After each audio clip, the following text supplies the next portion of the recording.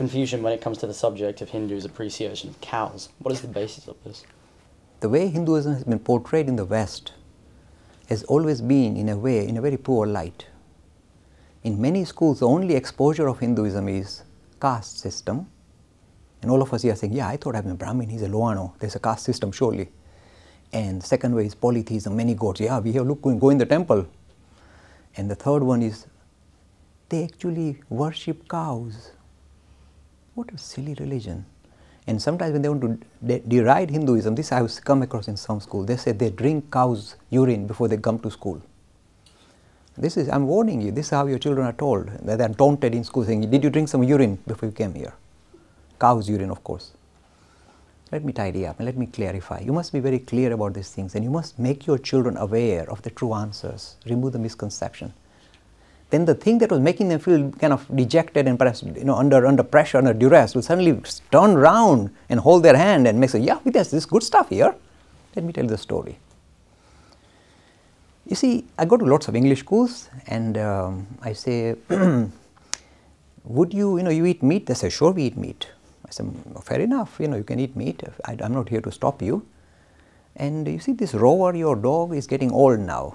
And you're going to lose him in no time because, he's getting old and you love your Rover, don't you? They say, of course we love our Rover, Mr. Lakhani. I said, there's one trick you can use whereby Rover is never parted from you. He'll be part and parcel of you forever and ever. And of course, Mr. Smith, the Englishman, said, this is fantastic. What is the way whereby I'm never separated from my Rover? And my answer would be, Mr. Smith, you eat meat. Why don't you have Rover for supper? Now you are sniggering because you know what I mean. Not me saying put Rover on the table and say let's share our dinner, but actually cook up Rover and have him for dinner. If I ever say that to any English person, immediately he'll take his stick out and chase me around the park. How dare you?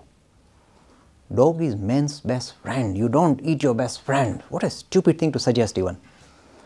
You see, if you are in Vietnam, you might be eating dog's meat.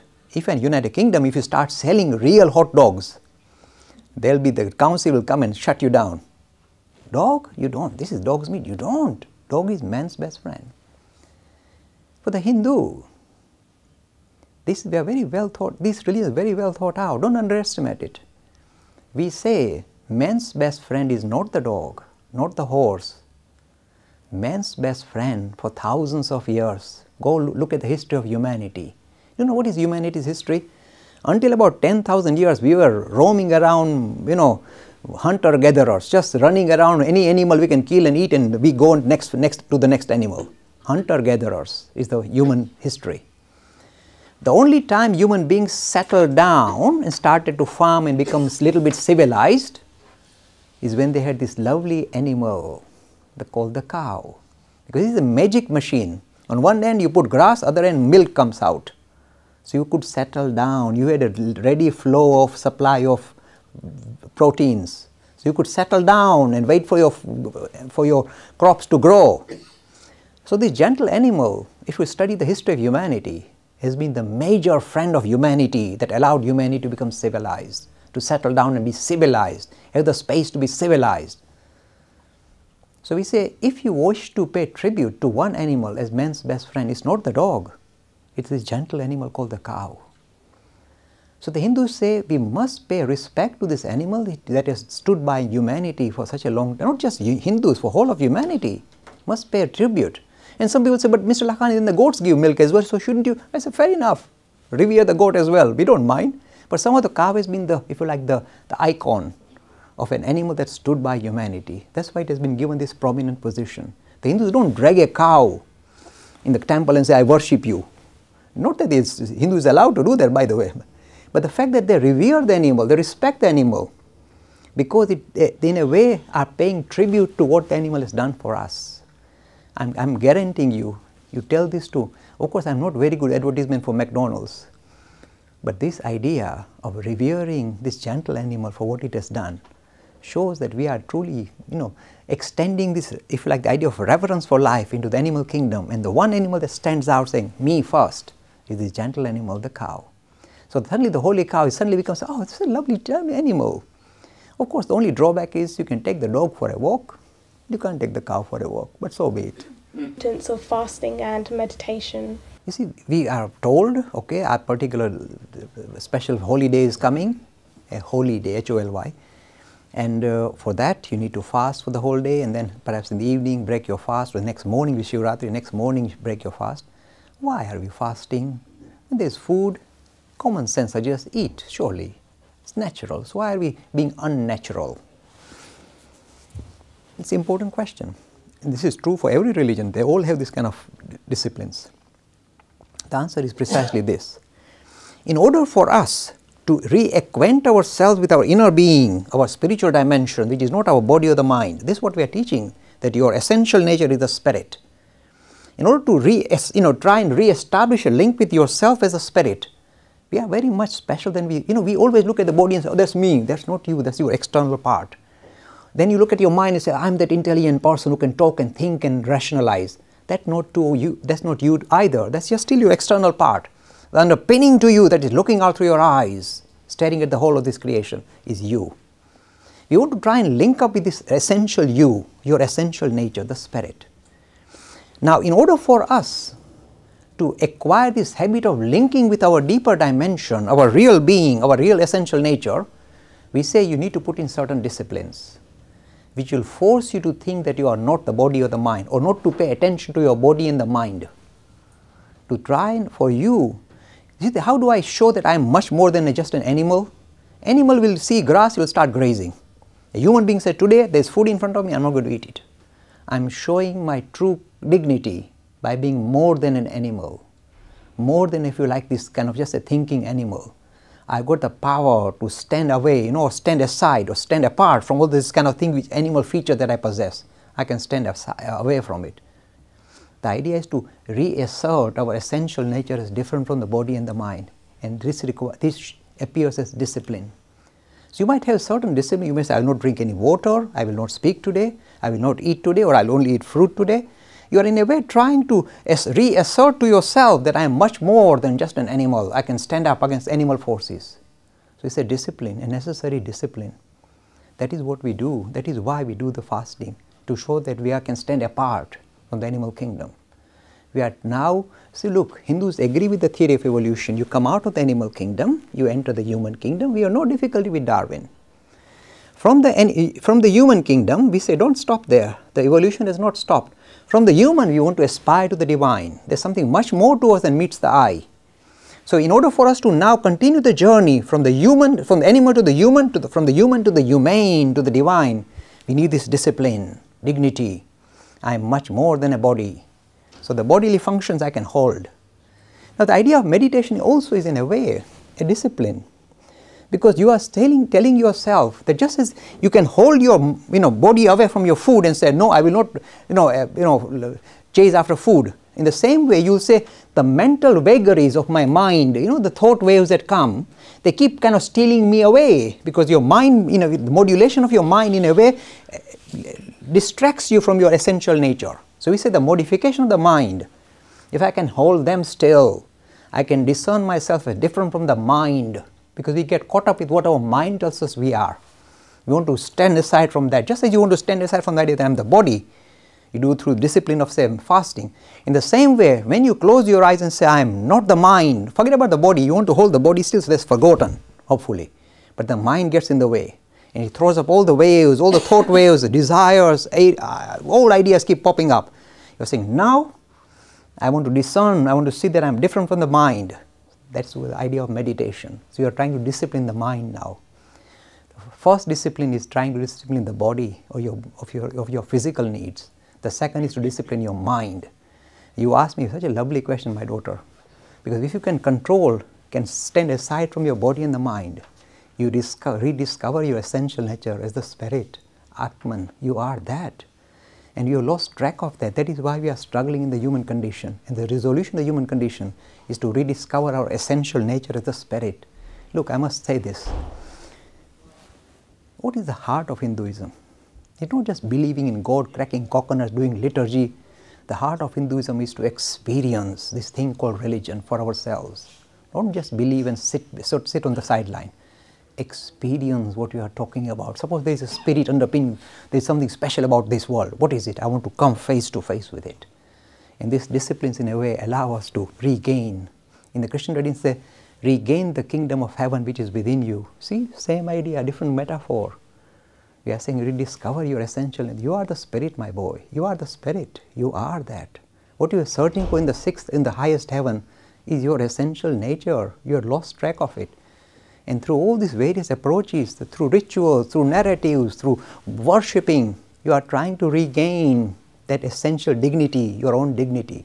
You are the spirit. Such lovely stuff doesn't come out of other religions that easily. It divinifies whole of humanity. It lifts whole of humanity up to the level of God. This is the lovely ideas of Hinduism. Voluntary service and went to India, and he went to a colony of what they call untouchables. He was very disheartened to see that they were quite scared and not allowed to go to Hindu temples. How do we cope with a situation like that? First of all, I think it's necessary for me to tidy up the idea of this Dalit or the outcast. Hindu Dharma, this kind of division of humanity, division of society, upper caste, lower caste and outcast. Nikdu kyathi. Really, you must understand, that's why you must understand religion in depth in order to remove serious misconceptions. Sometimes they parade for 1,000 years and do tremendous harm to your religion. The only idea of caste in the Bhagavad Gita or the Purush Sukta of the Rig Veda is simply to say division of labor based on your age and ability. Age and ability. This is called the Varnashrama Dharma. Okay, depending on what is your acumen, suppose you are intellectual, suppose you are highly physical, depending on your acumen, your own initial, your innate nature, take into account that, take into account your age, because you may be just a 5-year-old, and then use your skills for the betterment of greater society. So you all specialize, we all have special skills. We must develop those skills to the full for the benefit of the greater society. Now every modern society, the United Kingdom, operates on the same principle. That's why you got streaming. At the age of 11, at GCSE, at A-level, they start streaming, saying you are good for science and maths, you are good for art and music. So they start streaming. And they start making sure that the skills you are developing can be used for the greater society, for the benefit of the greater society. This is the idea of division of labor based on age and ability. This is the pure idea in the Purush Sukta of the Rig Veda and also the Bhagavad Gita. You see, this is where you go for the, if you like, the source of Hinduism. So where did this hereditary hierarchical caste system come? You come across a book called Manusmriti. I promise, I doubt if any one of you has got that in your home. This Manusmriti was very popular in the medieval period, and it stratified society in a very rigid way and saying that your position in society depends on your birth. Kya janam thyo tamaro. Either you are Brahmin, to Brahmin no chokro Brahman hoy. Hereditary થઈ ગયું. The same book also said it is hierarchical. Brahman આવે ને તમારે ઉઠીને પગ પકડી લેવાના. And I must give him superior status. અને જે નીચેના હોય ને શુદ્ર ને જે who are out of society, almost like animal level, એ તો જો ભૂલથી પણ વેદના શ્લોકો સાંભળી જાય ને તો એના કાનમાં તમારે ઓલું molten metal નાખવાનું. અરે મારા બાપા ક્યાંથી કાઢ્યું બધું? We are talking about Atman, divinifying humanity. That's the heart of Hindu teaching. And suddenly, આ બધું ક્યાંથી નીકળી પડ્યું? Where did this come from? Hereditary, hierarchical means ઉપર નીચે. This is not Hinduism. It is an atrocity that paraded as Hinduism. It is not Hinduism. And we may think, okay, in modern India, if you discriminate on caste basis, it's called a criminal offense and blah, blah, all that. But in reality, it's still there. And I shudder. Do you know, just as he said, I can't go to India because when I see this in front of my eyes, I have great difficulty. What have we done to our own people? We have turned them into animals. જે નીચેને હોય ને કોમ એને તો સાવ જનાવરની માફક treat કરીએ, જનાવરની માફક. No human dignity given to them. They live like animals. I've seen them ગટરની બાજુમાં બેઠા બેઠા ખાતા હોય. You see what is going on? What have we done to our own people in the name of religion? What have we done? What have we done? Look, I'm hoping that this kind of recording that we are doing here, which are shown in the Western world, will be shown in India in days to come. Because somebody like me has to point a finger and say, you lost your religion, haven't you? Atrocities committed in the name of religion, paraded religion, and the pure pristine ideas of divinifying humanity, lifting them up, raising them to the level of God, all lost. That is your Vedas, that is your Upanishads. That's why none of you have Manusmriti in your home, because this is outdated. We knew it, our sell-by date is gone. It served a purpose in society during a certain period. But this was social stratification parading as a religious injunction. Social stratification. So this idea of Dalit is not gone away. It makes me, I tell you, forget about your son. I shudder when I see these things. I feel very threatened. There are many temples in modern India today, even with all this criminalizing caste system or discrimination in the name of caste. Still there are temples, traditional temples, who will not allow the lower caste to enter the temple. Now Bharat Bhai was telling me, Dilip Bhai, then if these people become Christians or Muslim, would you stop them? I said, no, they are getting dignity, let them. If you can't give them dignity, let them find it elsewhere.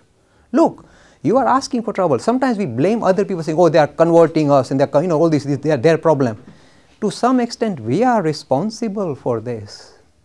Because the lower rungs of society, we have treated them so poorly, they would rather give up Hinduism and say, we would rather be atheist, agnostic, communist and knock you out. That's what you find in modern India. That's why this Marxist movement coming in, saying, we'd rather demolish all the temples. You are a nuisance because you've done nothing for us. You don't even allow us to enter your temple. Look, this is still there. Even though we wave our arms, it has not been cleared. And the thing that really hurts me most, you see, India claims to be a major superpower, okay, making economic progress and saying we are, kind of very high, 10% GDP, oh, sounds very good. It is achieved on the back of these poor people. 30 or 40% of the population, we live off them on their sweat and blood, because cheap labor, cheap intellectual labor, and we live off them, suck their life out, and we say we are superpower. What superpower? I would rather prefer an egalitarian society where you dignify all different layers of society and look after all of them. That is true religion. Do you know where that is visible? These guys have done it without the tops and tails of religion.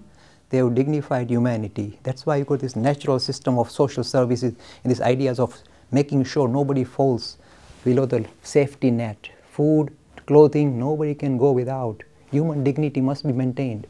Not in the name of religion, in the name of humanity. So what we've been preaching, these guys are practicing. And the reason why I'm so comfortable in talking to Western universities, because I feel I'm talking to the converted, the real Hindus here. The practicing Hindus are there. And when I present the idea of dignifying humanity, they smile, they light up. I've caught their hearts, stolen their hearts. So we have look, the sign of a living thing is that it continues to learn. It never stops. The moment you stop learning, know that you are dead. We continue to learn, and we must be open to learning from others. What we've been preaching, they are practicing without the tops and the tails. So we take our hat off and say, you've done it. We have not learned it in India. We continue to have this huge gap between the have and the have-nots. કાં બહુ પૈસા હોય ફૂકી મારતા હોય આમ વેસ્ટફુલ અને કાંઈ ન હોય કાલે ત્યાંથી ખાવાનું હોય દયા આવે અડધા આ છોકરાઓ બિચારા ભૂખા સૂઈ જાય અને we say we are doing very well કુર્તો પહેરીને ડાન્સ કરો Bollywood we are fine we are not fine. We need to learn. Sorry to give a long, lengthy answer. It's important, I think. Learned religion, like you say, from my parents and so forth. My question is more to do with the origin. Okay. We are trying to come to terms with the origin of religion. Look, you must look at the historic dimension of religion, the philosophic dimension, the social, like the caste system, the social aspect. You must look at different dimensions of how religion enters society. So what is the historicity? And he's talking like a sober, rational Hindu trying to come to terms. He doesn't want to hear all these outlandish things that, oh, we are million-year-old. How million-year-old? No human beings here. So always keep your feet firmly implanted on the floor, on the ground. Be very rational, be very systematic. So if somebody says, we started million years ago, I say, look, my bhai, mane rewa de. This is not my cup of tea. I rather agree with the anthropologist and the archaeologists who tell us about the human history, and if it doesn't fit with that, then I will reject all these things as exaggerations. So be always ready. What is the origin? Roughly, historically, if you look at the archaeological evidence, you must look at it. You must be firmly kind of fixed on common sense. The The archaeological evidence, the digs that we have, the Saraswati civilization as well as the Indus Valley civilization, shows that the rudimentary ideas about meditation and this idea of worshipping nature were visible in India about 3000 BC. 3000, we are talking 5000 years ago. Now, how far can you go back further than, I don't know, but I wouldn't speculate say 100,000. I would say maybe 5, 6, 7, maybe stretch it. So the first settlements we see in this civilization, and they were very rudimentary, very basic, about 6,000, 7,000 year old, 5,000 year old, where you see these images coming now of meditation, worshipping, and all that is beginning to be visible. So rudimentary Hinduism was present there, but we can say it's rudimentary. Why? Because the developed ideas, say like Patanjali Yoga Sutra, all these ideas of yoga and Sankhya Darshan could not have been present there. There was no vocabulary for it even. So be very firm, very clear. I would suspect, look, this is my speculation. See the language, speculation. There is no exact evidence. I haven't found any exact archaeological evidence that Hinduism was already available in, say, in the period about 5,000 years ago. These ideas were already being explored, trying to make sense of the human condition and trying to appease the forces of nature that you find the Mayan civilization, in the other civilizations where they thought that if we can somehow control nature, especially rain and sun and all this and fire, then we can do well. Otherwise the crops fail. So this idea of worshipping nature by personifying nature, the forces of nature were personified. There is Vayu, wind god and sun god, and so this is how we start. We had the same background. We had a very similar background. See, all human nature trying to suss out what is going on. We must worship the sun or the rain. Otherwise, we don't get rainfall. We die. So we do some certain sacrifices and certain havans to appease, to kind of build up relationship with this higher the natural forces. This is how we started. So about, I would say, 5,000 to 6,000 years. Now, the only historic kind of solid evidence we get about the background of Hinduism is Buddha. Thankfully. Because Buddha was such a dynamic personality, a historic personality. You can't challenge. Jesus you can challenge whether Jesus was a historic figure. There is very limited evidence. Buddha is not, is solid evidence throughout India, throughout whole of Southeast Asia. Lord, the stupas and everything with proper stone carvings everywhere about his birth, his death, his life, everything recorded, many places. So Buddha is a historic figure. Now Buddha lived about 2,600 years ago. And Buddha had already developed the ideas of meditation. That's why the whole foundation of Buddhism, of this inward search. So in Buddhism, he had already incorporated central ideas because he was a Hindu prince. So he had incorporated this idea. That means we are certain that all these ideas had already been fully developed by the time of Buddha. So I'm giving you a kind of rough idea. So I would say 2,500 to 5,000 years, some of these ideas were already crystallized in Hinduism. And it is only, I would say, this is again an interesting thing, the Vedas, the scripture of authorities, were not written down for thousands of years. So we don't know exactly historically how far back we can go. But I would say 5,000 to 6,000, don't stretch it. It's really stretching your credibility. It's roughly that old. But initially for the first few thousand, they were passed on by word of mouth. That's why they're called Shruti, heard, Shrutva. Through word of mouth, they were passed on for about first couple of thousand years. Then they started being written up. But this is the background to the historic background to Hinduism. So if somebody gives you exaggerated account, please don't listen. You sound stupid. I mean, somebody said, Dilip Bhai, this thing happened million years ago. I said, look, my boy, we all came out of Africa about 100,000 years ago as Homo sapiens stood up and started walking out. And even the Indian civilization came after. It goes back 20,000 years through archaeological evidence, but don't stretch it any further because you kind of goes against common sense. Never lose sight of common sense and rationality. Keep it fully switched on and don't accept in the name of religion swallow things.